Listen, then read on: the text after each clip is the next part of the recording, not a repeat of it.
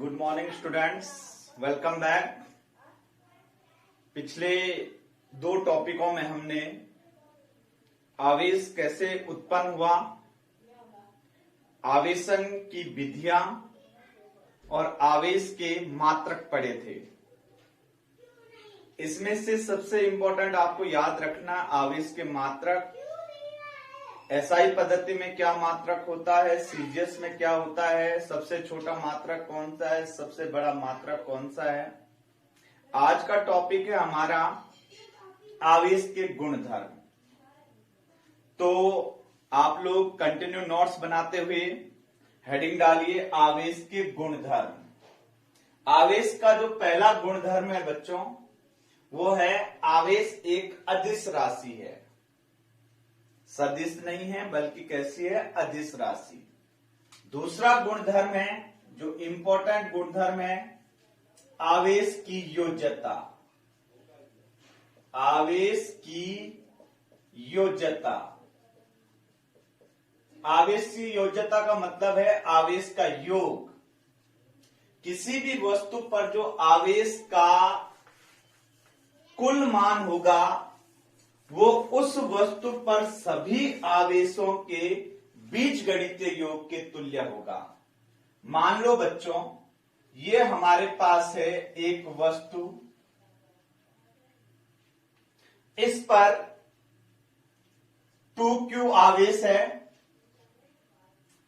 थोड़ी देर के लिए ये समझ लीजिए कि ये प्लस आवेश है। थोड़ा सा और आवेशित हमने कर किया इसे, प्लस 3q और आवेश आ गया, और फिर और आवेशित किया, अब ऋणावेशित किया है -4q। तो अगर आपसे पूछा जाए कि इस वस्तु पर कुल आवेश कितना है, तो कुल आवेश का मान होगा इस पर, that is equal to only q। 2 और 3 दोनों प्लस के हैं तो बन गए 5q, और जिसमें से 4q हमने घटा दिया तो बच गया हमारे पास q। अर्थात आवेश की योज्यता का मतलब है कि किसी भी वस्तु पर आवेश का मान सभी आवेशों के बीजगणितीय योग के तुल्य होता है। वापस इसकी डेफिनेशन, आवेश की योज्यता किसी वस्तु पर आवेश का कुल मान उस वस्तु पर उपस्थित सभी आवेशों के बीजगणितीय योग के तुल्य होता है। आवेश का तीसरा गुणधर्म है आवेश का संरक्षण। आवेश का संरक्षण।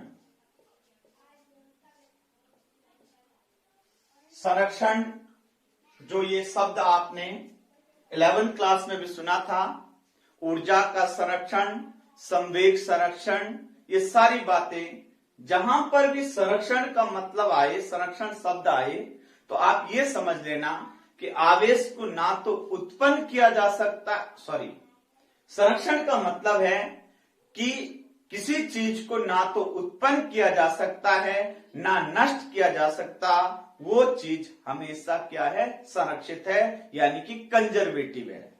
अब हमारे पास आवेश का संरक्षण है, तो इसका अर्थ ये हुआ कि आवेश को ना तो उत्पन्न किया जा सकता है ना नष्ट किया जा सकता, किसी निकाय का कुल आवेश सदैव संरक्षित होता है।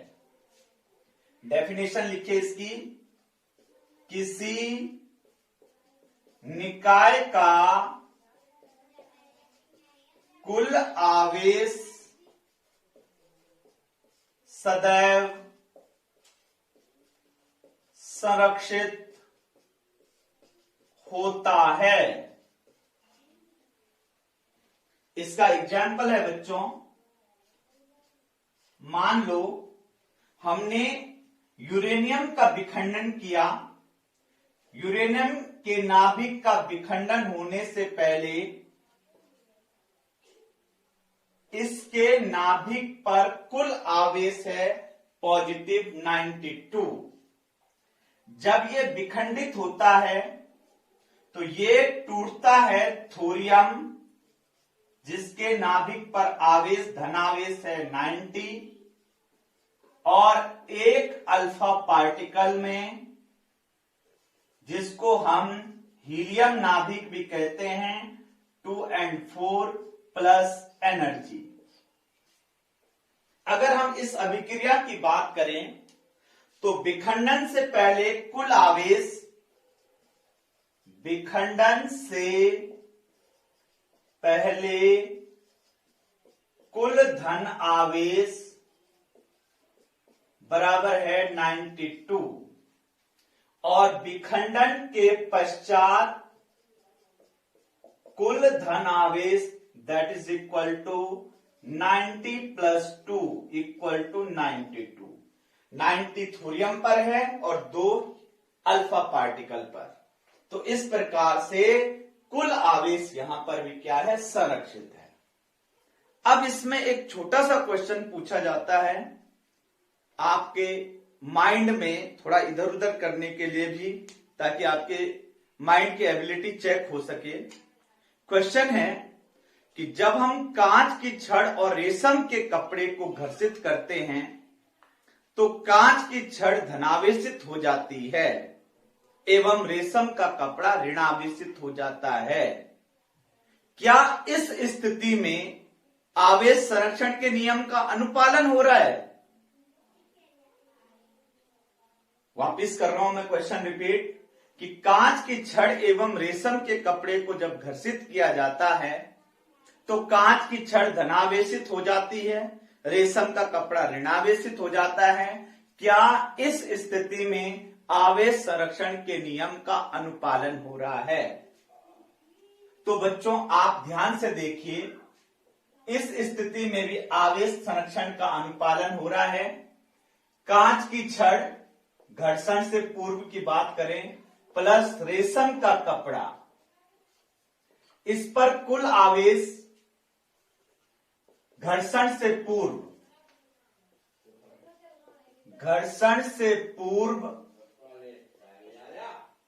कुल आवेश, दोनों वस्तु पर कुल आवेश का मान है 0, क्योंकि घर्षण हमने किया नहीं है, अभी तक ये आवेशित हुई नहीं है।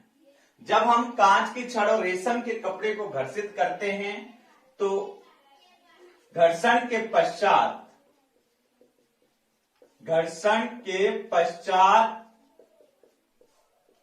कांच पर तो बच्चों धनावेश आता है और रेशम के कपड़े पर ऋणावेश आता है।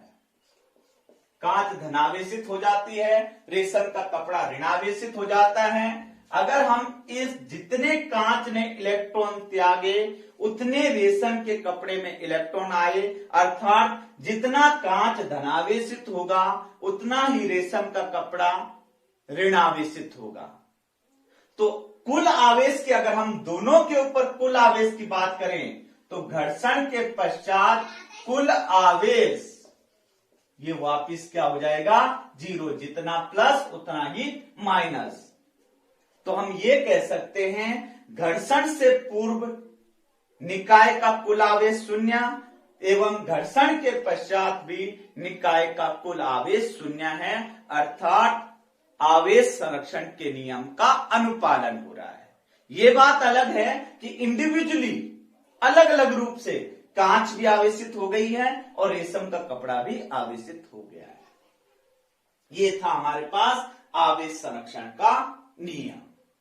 तीसरा नियम है हमारे पास, तीसरा इसका गुणधर्म, आवेश की अचरता। आवेश की अचरता। बच्चों अचर वर्ड का मतलब है कि जो चीज चेंज ना हो। अचर मतलब, चर का मतलब है बदलने वाली और अचर का मतलब है जो बदलती नहीं है।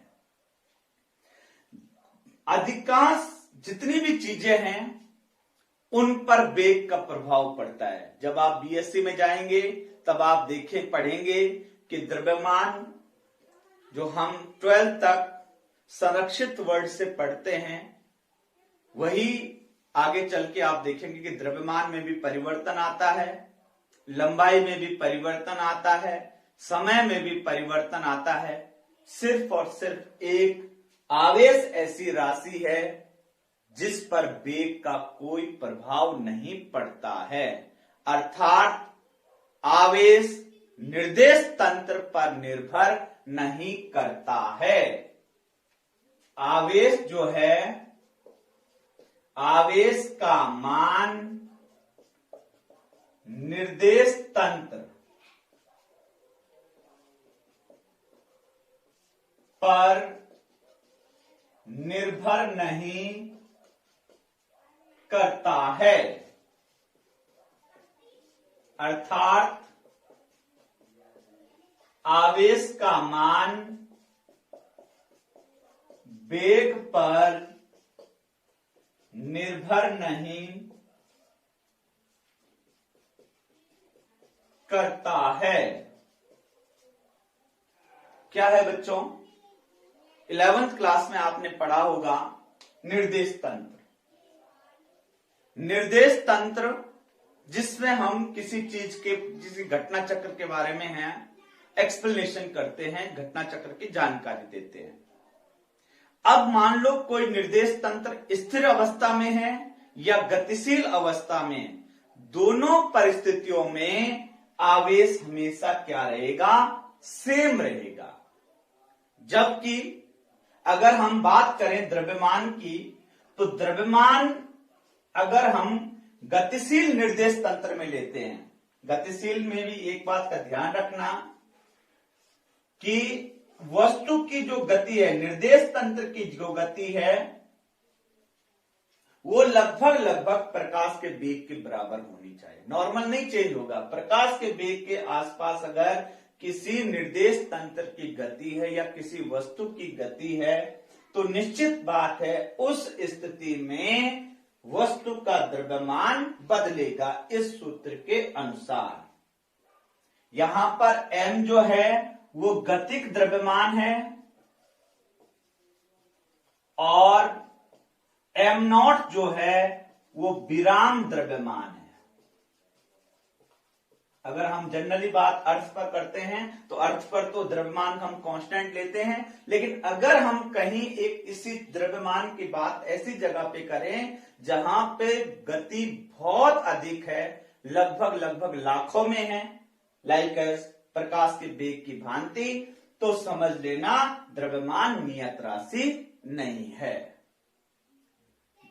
क्यों द्रव्यमान बदला है?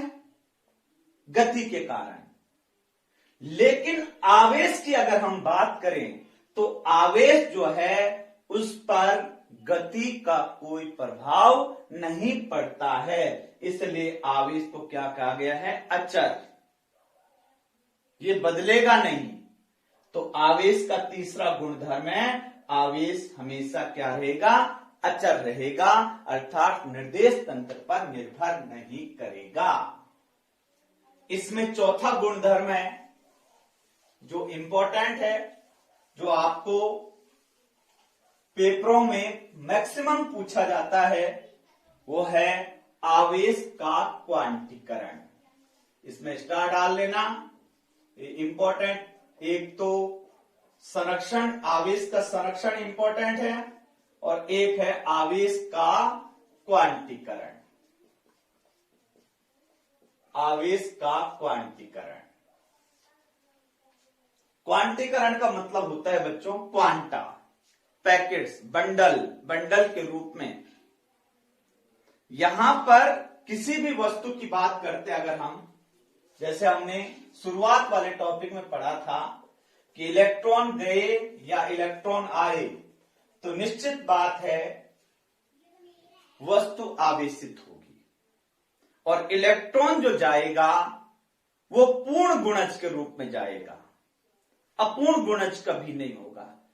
अर्थात किसी वस्तु पर, इसकी डेफिनेशन बनेगी, किसी वस्तु पर आवेश का मान मूल आवेश के पूर्ण गुणज के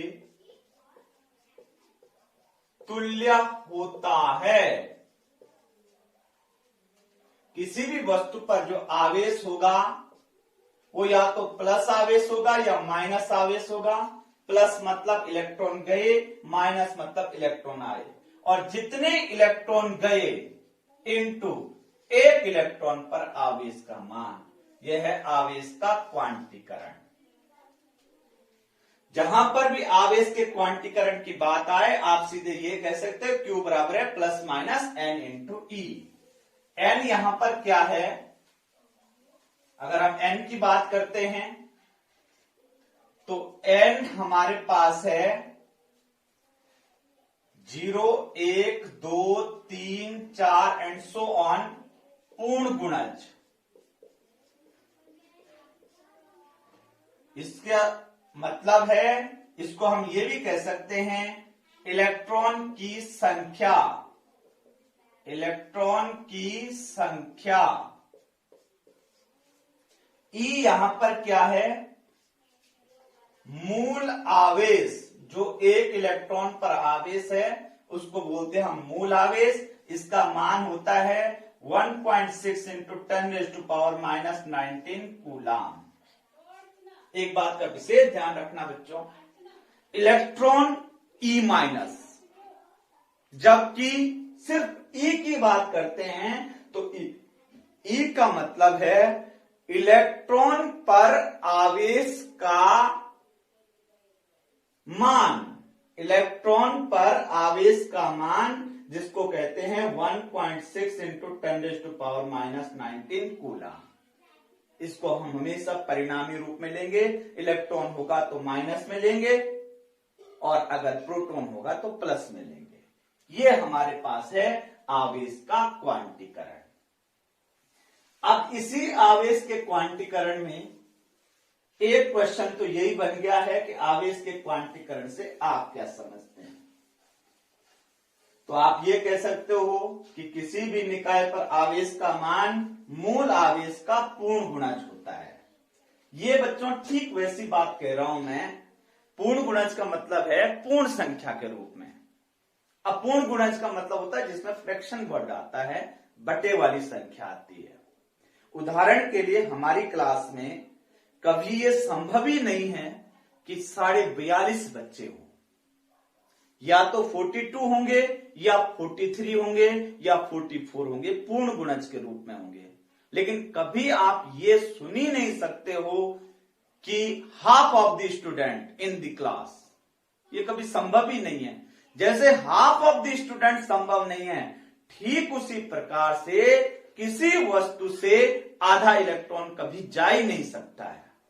जाएगा तो पूर्ण इलेक्ट्रॉन जाएगा, और पूर्ण इलेक्ट्रॉन जाने के कारण वस्तु पर इतना आवेश चेंज होगा। आएगा इलेक्ट्रॉन तो इतना माइनस आवेश बढ़ेगा, और जाएगा इलेक्ट्रॉन तो इतना प्लस आवेश बढ़ेगा।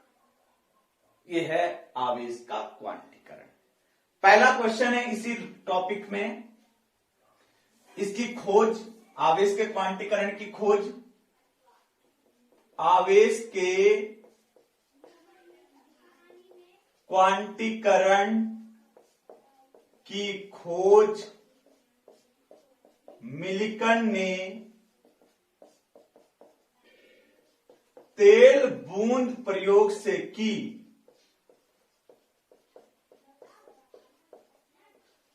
ये 11th क्लास में आपने केमिस्ट्री में पढ़ा होगा, तेल बूंद प्रयोग। ऑयल ड्रॉप एक्सपेरिमेंट किया था उसने। उस प्रयोग के आधार पर उसने प्रत्येक बूंद पर जो आवेश देखा वो इस आवेश का पूर्ण गुणज था, मूल आवेश का पूर्ण गुणज। किसने की खोज? मिलिकन ने। किस प्रयोग से की? तेल बूंद प्रयोग से। एक क्वेश्चन इसमें आता है कि आवेश के क्वांटीकरण का क्या कारण है। 1 नंबर का क्वेश्चन कई बार ये पूछा जाता है, आवेश के क्वांटीकरण का क्या कारण है? तो इसका आंसर है बच्चों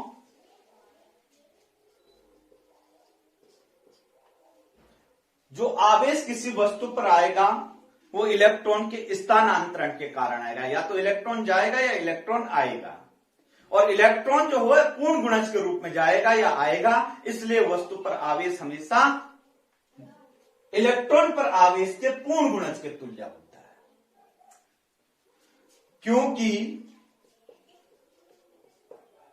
इलेक्ट्रॉन का स्थानांतरण पूर्ण गुणज के रूप में होता है। सीधा इतनी सी बात है। इलेक्ट्रॉन का स्थानांतरण पूर्ण गुणज के रूप में होगा, इलेक्ट्रॉन के स्थानांतरण के कारण आवेश आएगा, और आवेश भी किस रूप में होगा? पूर्ण गुणज के रूप में। ये आपके पास था आवेश का क्वांटीकरण। अब इसमें एक न्यूमेरिकल है, एग्जाम्पल फर्स्ट न्यूमेरिकल, जो एग्जाम्पल फर्स्ट है न्यूमेरिकल नंबर 1, कि अगर मान लो किसी वस्तु पर 1 कूलाम आवेश है, 1 कूलाम धनावेश है किसी वस्तु पर, तो उससे कितने इलेक्ट्रॉन स्थानांतरित हुए, यानी कि कितने इलेक्ट्रॉन बाहर गए। तो इसमें न्यूमेरिकल फर्स्ट में क्वेश्चन है कि Q का मान है वस्तु पर 1 कूलाम। आपको ज्ञात करना है नंबर ऑफ इलेक्ट्रॉन। आप जानते हैं फॉर्मूला Q बराबर है N × E, क्योंकि प्लस आवेश है, इलेक्ट्रॉन गए हैं। तो यहां से हम ये कह सकते हैं कि N = Q बटे में E। Q का मान 1 है और E का मान आप जानते हैं 10⁻⁻⁹। तो आपके पास N का मान आ जाएगा 1 बटे में 10 बटे में 16 गुणा 10⁻19। ये -19 ऊपर चला गया, दशमलव मैंने हटा दिया। इसको जब हम सॉल्व करते हैं, यहां 0 बढ़ा दो तो N बराबर आ जाएगा 625 गुणा 10⁻16। अगर 625 गुणा 10⁻16 इलेक्ट्रॉन किसी वस्तु से जाएंगे तो उस पर 1 कूलाम धनावेश आएगा, और अगर आएंगे तो 1 कूलाम ऋणावेश आएगा। यह हमारे पास पहला एग्जाम्पल है। इसी से रिलेटेड एक और एग्जाम्पल है जिसको आप सॉल्व करेंगे। एक बात और है बच्चों, जो कंपटीशन लेवल में या छोटे छोटे क्वेश्चन के रूप में आवेश के क्वांटीकरण से पूछी जाती है, और वो क्या पूछी जाती है?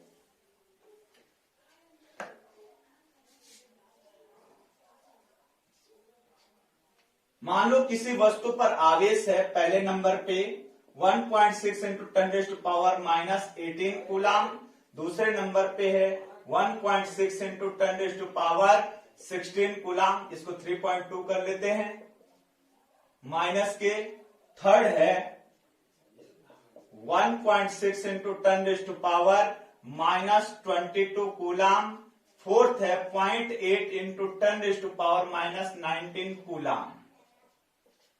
इनमें से कौन कौन से आवेश संभव है कि हो सकते हैं, कौन से आवेश हो सकते हैं और कौन से आवेश नहीं हो सकते हैं वस्तु पर? तो ध्यान से देखो बच्चों, 1.6 × 10⁻⁻18 इस संख्या से ज्यादा है। देखो मूल आवेश है, सबसे कम आवेश है ये।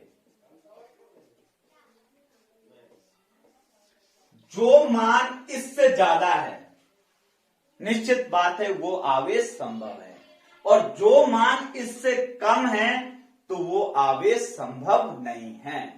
अब इस मान से फिर वापस बोल रहा हूं मैं, सबसे कम आवेश वस्तु पर तब आएगा जब वस्तु से 1 इलेक्ट्रॉन आएगा या जाएगा। 1 इलेक्ट्रॉन, सिर्फ मात्र 1 इलेक्ट्रॉन आया या गया तो वस्तु पर इतना आवेश आया। अब 2 इलेक्ट्रॉन जाएंगे तो इससे ज्यादा आवेश होगा। 3 इलेक्ट्रॉन जाएंगे तो इससे ज्यादा होगा। क्या इस आवेश से कम आवेश भी हो सकता है? इस आवेश से कम आवेश तभी हो सकता है जब किसी वस्तु पर 1 इलेक्ट्रॉन से भी कम इलेक्ट्रॉन जाए। तो 1 इलेक्ट्रॉन से कम इलेक्ट्रॉन कैसे जाएगा?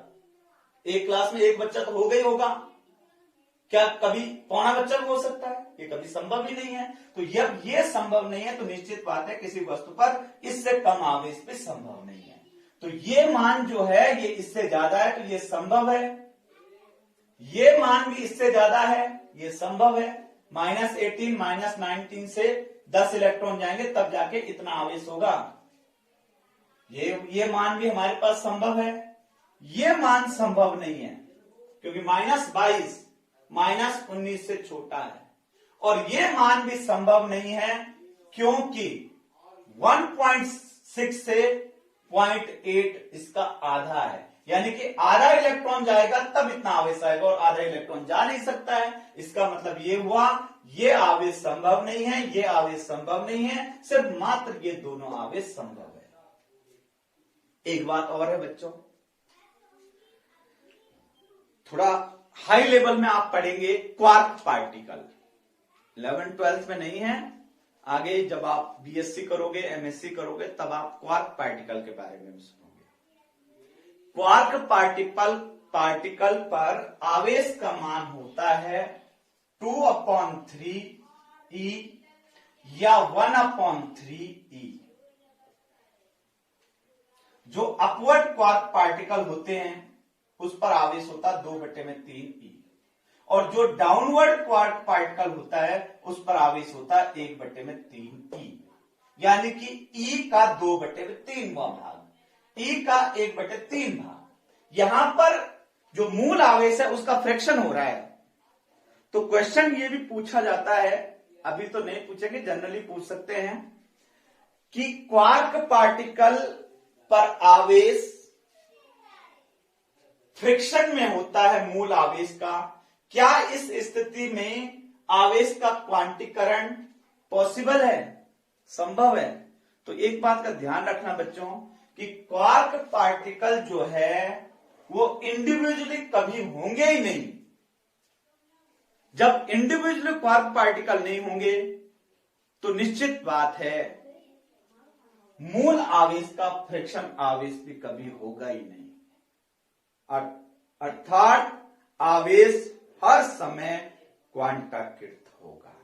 ये एक्स्ट्रा बात थी, ये आपके कोर्स में नहीं है लेकिन आगे चल के आपके काम आ सकते हैं, इतनी सी बात आप याद रखना। ये था हमारे पास आवेश के गुणधर्म।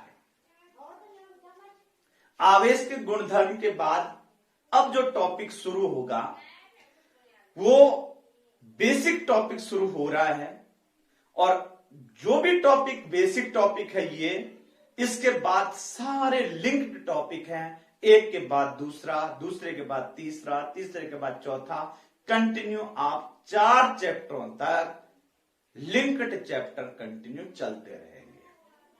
और थोड़ा बहुत अगले टॉपिक के बारे में आपने पढ़ा भी है, समझा भी है। आपने इतनी सी बात निष्कर्ष निकाल ली है कि दो जो आवेश हैं या तो आकर्षित होंगे या प्रतिकर्षित होंगे। इसका मतलब उनके बीच में बल लगेगा। अब वो बल कितना लगेगा वो कैलकुलेट किया सबसे पहले कूलाम ने। तो उसने उस बल से रिलेटेड एक नियम दिया है जिसको कहते हैं कूलाम का नियम। तो अगला टॉपिक हमारा यही है, बल से रिलेटेड 4 प्रकार के बल। 11th क्लास में पहले चैप्टर में पढ़ा, जिसमें से विद्युत चुंबकीय बल भी पढ़ा था। विद्युत चुंबकीय बल में से हम करेंगे अब डिस्कशन विद्युत बल, 2 आवेशों के बीच लगने वाला कूलाम बल, और नियम दिया किसने? कूलाम ने। तो अगला टॉपिक हमारा इसी बेस पर है, इसको हम बाद में डिस्कस करेंगे।